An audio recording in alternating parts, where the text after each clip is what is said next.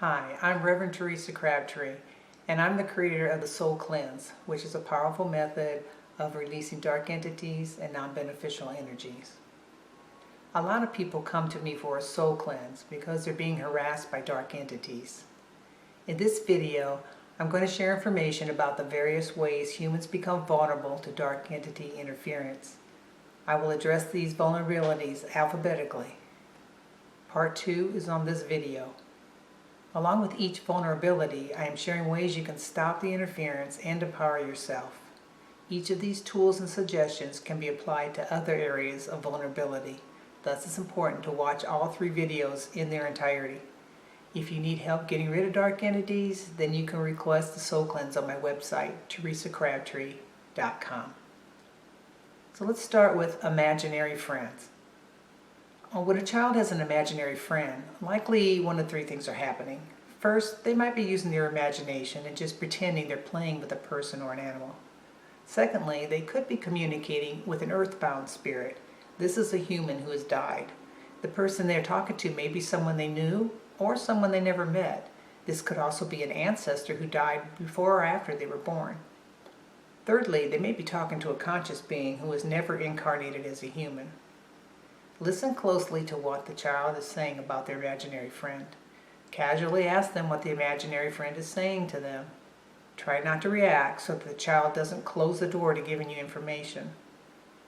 To determine if the friend is something they are imagining, you can ask the child if they can see the friend or if they're just pretending they're playing with someone. You can ask the child what the name of the imaginary friend is and what they look like. If you suspect it may be someone you know, if you have a photo of that person, you can show it to the child. One way to do this is to have a photo of that person along with photos of other people. While the child is present, you can casually invite them to look at the photos with you, and without asking any questions, see if the child points one of them out as the imaginary friend. Or you can be more direct and ask the child if his friend looks like anyone in these photos. When you ask the child what the imaginary friend looks like, they may describe the friend as an animal or something that sounds more non-human in nature. Interdimensional beings can shapeshift and may appear in a form that won't frighten the child, including looking like a human or an angel. If they're old enough, ask them to draw a picture of their imaginary friend. Offer them crayons, and one thing, note the color that they choose for the skin tones. Any angelic beings of light or deceased loved ones who have fully crossed over will be very comforting and express love to the child. Sometimes a family member who died but didn't fully cross over may appear. They will have the same characteristics and energy they had while alive, which may not be kind. When you suspect the imaginary friend is an earthbound spirit who hasn't fully crossed over, you can call in angelic help and tell this one to look up, and they'll see some loved ones waiting for them. They may not go if they're afraid, or if they're trying to give a message, or feel an urgent need to protect the child. Assure them that all is well and that they will be given safe passage to the light. You can ask the child if the imaginary friend has a message for you, the adult. Depending on the age and verbal skills of the child, he may or may not be able to convey a full message. If the child says that the imaginary friend tells them to lie or to do bad things, then instruct the child to tell the being to leave them alone. As the parent or guardian of a child under the age of reasoning, which is around 16 years of age, you have the right to demand the entity to leave them alone. You can also ask your child's spirit guide to send a protector to watch over the child. You can also invoke a shield of protection around the child. Try to keep the line of communication open with the child so that they will continue to tell you what the friend says or tells them to do. Be careful not to alarm the child. Now let's talk about the media. An increasing number of my clients are picking up fear and limiting beliefs by overdosing on social media. There is currently a lot of misinformation about conspiracy theories and a whole range of topics that create fear and anger in the reader. Humans are such creative beings that once they take on a fearful thought and dwell on it, they can quickly believe it's true and react accordingly. So with the internet and global news media, many thoughts are being impregnated in people's mind across the globe instantaneously. Unfortunately, most of these news focuses on the negative, and not all is true. In the past, we only had to deal with what was happening in our community or a few outlying areas. However, nowadays we know instantly when there's crimes or wars are happening thousands of miles away. This creates a host of emotions that can easily overwhelm a person. Dark entities and humans possessed or highly affected by them are using the media as a means of propagating fear. Along with social media and the news, there are many ways they're using fear to control and manipulate the masses. These include song lyrics, music, television, books, video games. Even many light workers and concerned citizens are part of the problem when they share information without researching the facts. This delights the dark entities, making it easier for them to control and manipulate the masses. Thus, it's important not to spread anything that you don't know to be factual. Also, before you share anything, if you don't have a positive solution, then don't mention the problem. Otherwise, you become part of the problem. Allow others to have their opinion. If they ask for yours, offer it to them with no expectation or concern whether they believe you. Sometimes, silence is golden. You have the opportunity to not discuss some of these hot topics, especially if you know it will only fuel the fire. People who suck into the drama of others take on a host of negative emotions such as anger, fear, frustration, blame, shame, guilt, you name it. That also fuels the fire, and even more so when one spreads those emotions to others. When you hear something that's upsetting, rather than reacting, take time to go into meditation. Ask to be shown how to discern the truth and how to balance these emotions. When one keeps the big picture in mind, remembering that we are spirit beings having a short temporary life as a human, it becomes easier not to get so involved in the drama. In most cases, the things learned online that makes one fearful doesn't even have to be a part of your reality.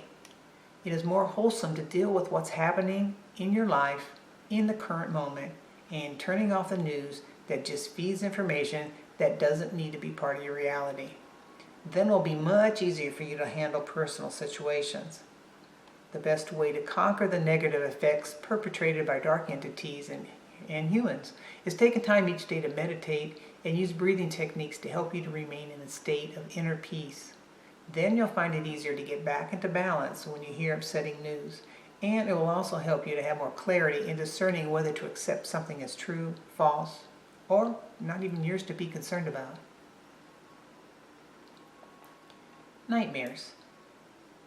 Dreams and nightmares can be difficult to interpret. Pay attention to vivid or recurring dreams. As soon as you awaken, write down the main symbols in the dream, including colors, sounds, smells, and especially how you felt. Sometimes dreams help to resolve issues that are too painful or frightening for one to deal with during the waking hours. However, in most cases, the dream may be showing you that there is an unresolved issue that needs your attention. Note what's been weighing heavily on your mind the previous few days and see if you can relate the symbols to the problem you need resolved or question you want answered. You can also do an online search. Type in the words dream symbol and then name the symbol from the dream. Then visit at least 3 websites to see what they offer as possible meanings of the symbols. This may help you to understand the dream more. If you have nightmares in which you're being chased or harassed, if you're able, while still in the dream, turn around, face the aggressor, and stare them down. In many cases, they'll just simply melt away. If you can't do this while in the dream, then do it as soon as you awaken. Sometimes the dreams are thought projections from dark entities. It's easier for them to get their target's attention while the human mind is not busily occupied. If you are lonely and have been pining or lusting for a partner, be wary if you have a sensual dream that feels like someone is really trying to snuggle or have sex with you. Although this may not be an entity, to be on the safe side, as you awaken, demand that the spirit leave you and not return. Then work on resolving any issues of loneliness and lust. Work on increasing self-love and to connect more with divine love. Know that you always have sovereign rights over your body and the ability to dispel any outside interference. You don't want to become paranoid because not all nightmares are related to dark entity interference, but it doesn't hurt to be cautious. Whenever you suspect you're being harassed by dark entities, you can ask your spirit guides to give you added protection. You can also call on Jesus or Archangel Michael for assistance. They both have dominion over most types of beings. Ask that any dark entities that are harassing you be taken to quarantine where they will no longer harm other humans. Most importantly, work on healing any unresolved issues that are making you vulnerable to these lower vibrational energies. Occult activities. Many of my clients who have dark entity interference report that the problem started after using the Ouija board, after a seance, or after a group or personal session with someone who was channeling. Currently, there are many amateurs who are using tarot cards and pendulums to channel spirits. Although their intentions may be good, they're often unknowingly calling in lower vibrational astral beings. Some of these entities pretend to be ascended masters or angelic beings. They're given all kinds of wacky messages that can send the client and the reader off their chosen life path. Many of these beings at first pretend to be benevolent and give enough truth to gain the trust of their target. Once they gain that trust, then all kinds of problems can happen to their target. Most complain of constant voices in the head. Sometimes these voices are so persistent that it causes insomnia and fear, both which render the person fairly useless when it comes to being able to concentrate or to trust their intuition. Others become harassed to varying degrees. Some can become fully possessed. Other activities such as satanic worship and some religious churches and organizations are loaded with networks of dark entities. This is especially true in groups in which there is one leader who states they're the chosen one and that their followers shall hand over all their possessions and to blindly follow them. That's not how beings of light operate. If something doesn't feel right, walk away silently and swiftly. Once you feel that any entities that are communicating with you are not of the light, immediately demand that they leave you alone. Do not try to educate or save them. Do not bargain with them. Do not engage at all. They will spew lies, keep you confused, and try to keep you energetically connected. Then they can better control you and suck your energy. Just like a human narcissist, you'll never win an argument with a dark entity. Ask for discernment to tell who's of the dark and who's of the light, and ask to be shown what fears and limiting beliefs you have that made you vulnerable in the first place. Then work to resolve those issues so that you can empower yourself and avoid those traps. This concludes part 2 of How to Stop Entity Interference. I highly suggest that you watch parts 1 and 3, which are on separate videos. There I'll be sharing more areas of vulnerability and resources on how to empower yourself more. If you need help getting rid of dark entities, then you can request a SoulCleanse on my website at theresacrabtree.com. Be sure to subscribe to my YouTube channel and write your comments below. Namaste, and now let's go.